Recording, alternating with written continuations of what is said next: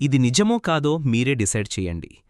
ఈ ప్రపంచంలో ఎంతోమంది యూట్యూబ్ ఓపెన్ చేసి వీడియోస్ చూస్తారుగాని ఎందుకు నేను నన్ను సబ్స్క్రైబ్ చేసుకో, ఒక లైక్ చేయి, కామెంట్ చేయని అడుగుతున్నాను తెలుసా? నువ్వేనా లైక్, కామెంట్, షేర్ చేస్తే ఇంకో నలుగురికి వీడియో వెళ్తుంది అని.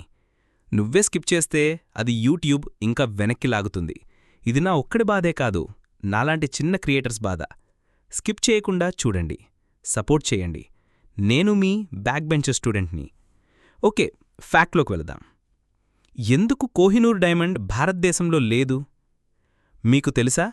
ప్రపంచంలోనే అత్యంత విలువైన వజ్రం కోహినూర్ అసలు భారత్ది. ఇది మొదటగా ఆంధ్రప్రదేశ్ గోల్కొండ గనుల్లో దొరికింది.